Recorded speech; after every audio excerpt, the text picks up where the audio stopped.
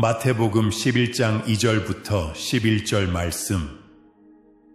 요한이 옥에서 그리스도께서 하신 일을 듣고 제자들을 보내어 예수께 여짜오되 오실 그이가 당신이오니이까 우리가 다른 이를 기다리오리이까. 예수께서 대답하여 이르시되 너희가 가서 듣고 보는 것을 요한에게 알리되 맹인이 보며 못 걷는 사람이 걸으며 나병 환자가 깨끗함을 받으며 못 듣는 자가 들으며 죽은 자가 살아나며 가난한 자에게 복음이 전파된다 하라. 누구든지 나로 말미암아 실족하지 아니하는 자는 복이 있도다 하시니라.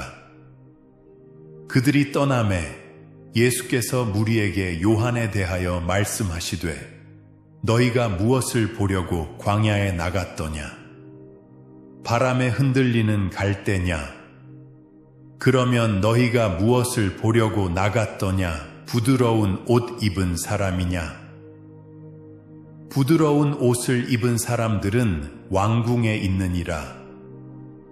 그러면 너희가 어찌하여 나갔더냐? 선지자를 보기 위함이었더냐? 옳다, 내가 너희에게 이르노니 선지자보다 더 나은 자니라. 기록된 바 보라, 내가 내 사자를 네 앞에 보내노니 그가 내 길을 내 앞에 준비하리라 하신 것이 이 사람에 대한 말씀이니라. 내가 진실로 너희에게 말하노니 여자가 낳은 자 중에 침례 요한보다 큰 이가 일어남이 없도다. 그러나 천국에서는 극히 작은 자라도 그보다 크니라.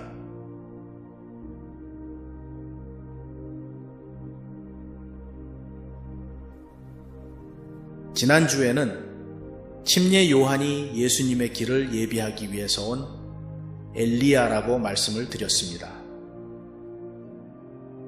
그리고 천국의 길을 예비한다는 것은 곧 회개라고 말씀드렸습니다.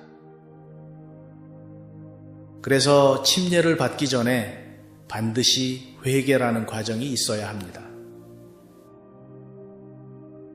또한 침례를 받은 후에도 이 죄 많은 세상에 살면서 짓는 죄에 대해 계속해서 회개가 필요합니다. 그래서 우리 예배 가운데 지난주를 돌아보고 회개하는 시간이 정말 중요합니다. 오늘 본문 말씀은 침례 요한이 감옥에 잡혀 있는 것으로부터 시작합니다. 침례 요한이 왜 감옥에 잡혀 있을까요? 그것은 헤롯 왕이 자기 동생의 아내를 가로챈 것을 많은 사람들 앞에서 신랄하게 비판을 했기 때문입니다. 헤롯 왕은 마음이 불편했지만 그래도 침례 요한을 선지자라고 생각했기 때문에 바로 죽이지는 못하고 감옥에 가둔 상태입니다. 그런데 침례 요한이 아마도 1년 이상 감옥에 있었던 것 같습니다. 그러다 보니 아무리 침례 요한이라도 의심이 생겼을 수 있습니다. 자기가 외친 천국은 곧 심판을 가져오는 사건이었는데 예수님의 행동을 보니까 의심이 갑니다. 즉, 손에 키를 들고 알곡과 쭉정이를 가릴 것이라고 외쳤는데 심판을 가져오는 것이 아니라 아픈 자들을 고치고 가난한 자에게 복음이 전파된다는 것입니다. 자기는 지금 감옥에서 고생하고 있는데 왜 예수님은 좋은 일만 하시면서 자기를 가둔 왕에게 심판을 가져오지 않으실까? 그래서 자기 제자들을 보냅니다. 아마도 침례 요한에게도 따라다니는 제자들이 있었던 모양입니다. 침례 요한의 제자들이 와서 이렇게 묻습니다. 오실 그이가 당신이오니이까? 여기에 오실 이라는 표현은 바로 침례 요한이 3장에 예수님을 소개하면서 사용했던 표현입니다. 침례 요한의 믿음이 흔들렸다는 말인가요? 둘 중에 하나일 것 같습니다. 첫째, 절대 그럴 리가 없다. 자기 입으로 메시아라고 선포해놓고 침례까지 주었는데. 아니면 둘째, 침례 요한 같은 사람도 때로는 믿음이 흔들릴 때가 있다. 그러니까 우리도 가끔 흔들리는 것이 당연한 것이다. 여러분은 어떻게 생각하십니까? 우선 침례 요한의 질문은 믿음이 없어서가 아니라 혹시 자기가 메시아를 잘못 이해하고 있었는지를 확인하기 위한 질문이라고 보는 것이 더 타당하겠습니다. 두 번째는 설사 침례 요한이 예수님에 대해 의심을 했더라도 그것은 믿음이 없어서가 아닙니다. 우리는 변하지 않는 철석 같은 믿음을 권면하고 의심 많았던 도마를 낮추어 봅니다. 그러나 믿음이란 것이 아직 눈에 보이지 않는 것, 확증되지 않는 것을 끝까지 붙들고 진리일 것이라고 믿는 것입니다. 모든 것을 보고 알게 된 후에는 더 이상 믿음이라고 할 수 없습니다. 그래서 도전을 받아보지 못한 혹은 한 번도 의심해보지 않은 믿음은 좋을 수도 있지만 때로는 온실의 화초일 수 있습니다. 이런 화초 같은 믿음이 갑자기 큰 도전을 받을 때 흔들릴 수 있습니다. 오늘 감옥에 1년 이상 갇혀서 고통을 받으면서 침례 요한은 참으로 인간적인, 그러나 자신의 믿음을 확인하고 더 경옥해 하려는 몸부림이었다고 생각합니다. 아마도 예수님의 답을 들은 후에 침례 요한의 믿음은 더욱 견고해졌을 것이고 더 이상은 의심의 여지 없이 예수님이 오실 이인 메시아라는 것을 확신했을 것입니다. 우리도 때로는 믿음이 약해질 때가 있습니다. 그런데 그럴 때마다 확신을 되찾는 노력이 필요합니다. 그것은 성경을 깊이 되새겨보고 교회의 가르침을 되돌아보는 것입니다. 자기의 믿음의 여정을 되짚어 보는 것입니다. 제 경험으로 보면 그런 노력이 있을 때마다 저의 믿음은 점점 더 확실해져 갔습니다. 믿지 않는 사람들이 과학이나 합리적인 사고방식 등으로 우리의 믿음을 도전할 때 분명하게 답을 할 수 있는 자신감을 얻게 됩니다. 저는 그렇게 말합니다.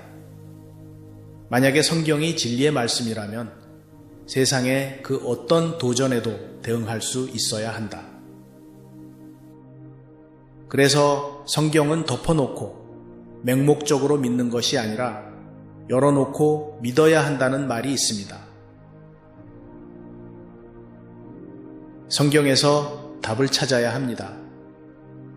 세상 사람들의 도전을 두려워해서 피하는 것이 답이 아닙니다. 때로는 우리의 지식의 한계로 인해 잘못 이해를 했던 부분이 있을 수 있습니다. 그러나 거기에 집착하지 않고 성령님이 인도하시는 대로 답을 찾고자 한다면 분명히 그 답이 성경에 있다는 것이 저의 믿음입니다. 그런데 예수님은 시원한 답 대신에 이사야 선지자의 예언을 말씀하십니다. 오늘 구약 렉셔너리 이사야 35장 5절부터 6절 말씀입니다. 그때에 맹인의 눈이 밝을 것이며 못 듣는 사람의 귀가 열릴 것이며 그때에 저는 자는 사슴같이 뛸 것이며 말 못하는 자의 혀는 노래하리니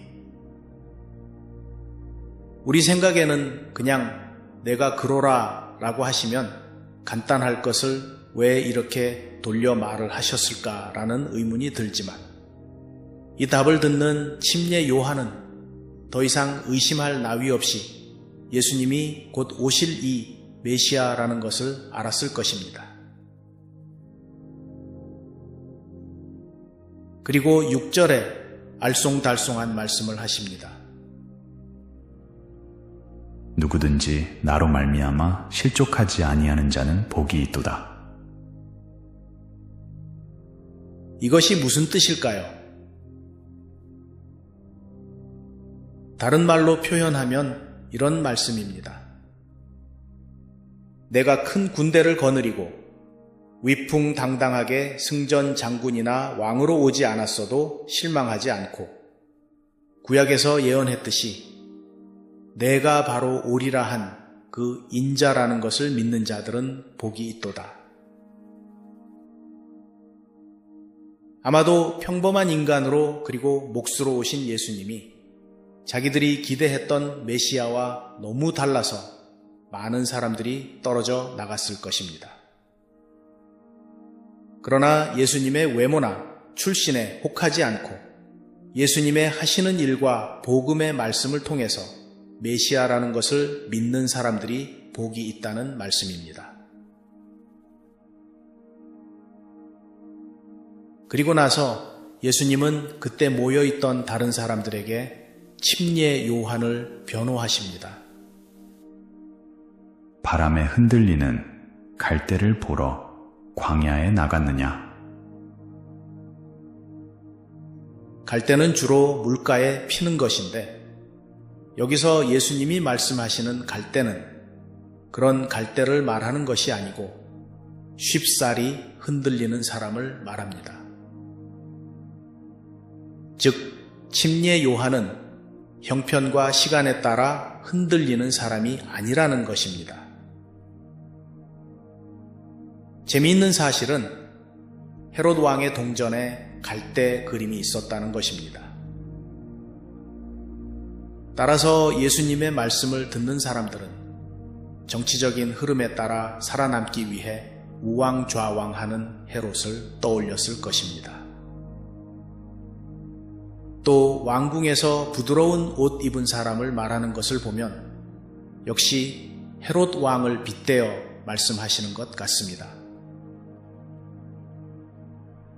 그에 비해 침례 요한은 선지자 중에서도 가장 훌륭한 선지자라는 것입니다.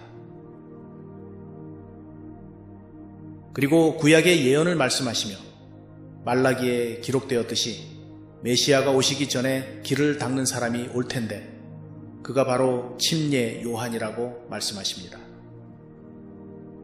즉 침례 요한이 엘리야라는 말씀입니다. 11절 말씀도 설명이 없이는 아리송한 말씀입니다. 여자가 낳은 자 중에 침례 요한보다 큰 이가 일어남이 없도다. 그러나 천국에서는 극히 작은 자라도 그보다 크니라. 제가 1985년도 LA에 있을 때 하루는 제가 사는 아파트에 똑똑똑 문을 두드리는 청년이 있었습니다. 문을 열고 잠깐 이야기를 하는 가운데 다짜고짜로 침례 요한은 천국에 못 간 사실을 아십니까?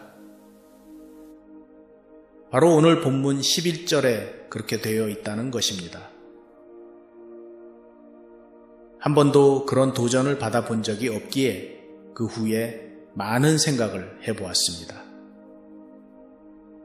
그런데 아무리 보아도 예수님의 말씀은 침례 요한은 천국에 못 간다는 것이 포인트가 아닙니다. 예수님이 의도하신 포인트를 무시하고 이렇게 다른 식으로 해석을 하는 것이 이단의 특징입니다. 그런 것을 우리는 말의 꼬투리를 잡는다고 합니다. 하고자 하는 말의 포인트보다는 말 자체를 가지고 꼬투리를 잡는 것입니다. 예수님은 침례 요한이 모든 구약의 선지자보다 더 나은 자라고 하셨습니다. 왜 예수님이 그렇게 말씀하셨을까요? 선지자의 가장 중요한 역할은 하나님 말씀을 백성에게 선포하는 것이었습니다. 그리고 예수님이 오시기 전 몇백 년 전부터는 메시아의 오심을 예언하는 것이 선지자의 가장 중요한 역할이었습니다. 그런데 침례 요한은 가장 가까이 메시아의 오심을 외쳤고 심지어 자기 눈으로 보기까지 했습니다. 그래서 예수님이 선지자 중에서 가장 나은 자, 즉 행복한 자라는 뜻으로 말씀하셨습니다. 그리고 여자가 낳은 자라는 표현은 천국에서 다시 태어나는 사람과 비교하여 이 땅의 모든 사람들 통틀어 말하는 유대인의 관용적 표현입니다. 즉, 앞으로 임할 천국에서 다시 태어나는 사람들은 아무리 적은 자라도 천국이 임함을 보지 못하고 죽을 사람들, 하다못해 모든 선지자들보다 더 나은 침례 요한보다도 훨씬 더 행복한 사람이라는 뜻입니다. 이제 정리하겠습니다. 침례 요한은 자기가 메시아에 대해 잘못 이해했는지를 확인하기 위해 제자들을 보냈습니다. 예수님은 메시아가 와서 하는 사역을 보여주시면서 내가 바로 오실 이가 맞다고 확인시켜 주십니다. 그리고 천국에서 다시 태어날 우리들은 침례 요한처럼 위대한 선지자보다 더 큰 사람이라고 예수님이 말씀하셨습니다. 우리는 그런 사람입니다. 세상에 꿀릴 것이 없습니다. 그러니 하나님의 자녀로 긍지를 가지고 또 동시에 하나님의 자녀로 걸맞게 이 땅에서 사시기 바랍니다. 기도하겠습니다.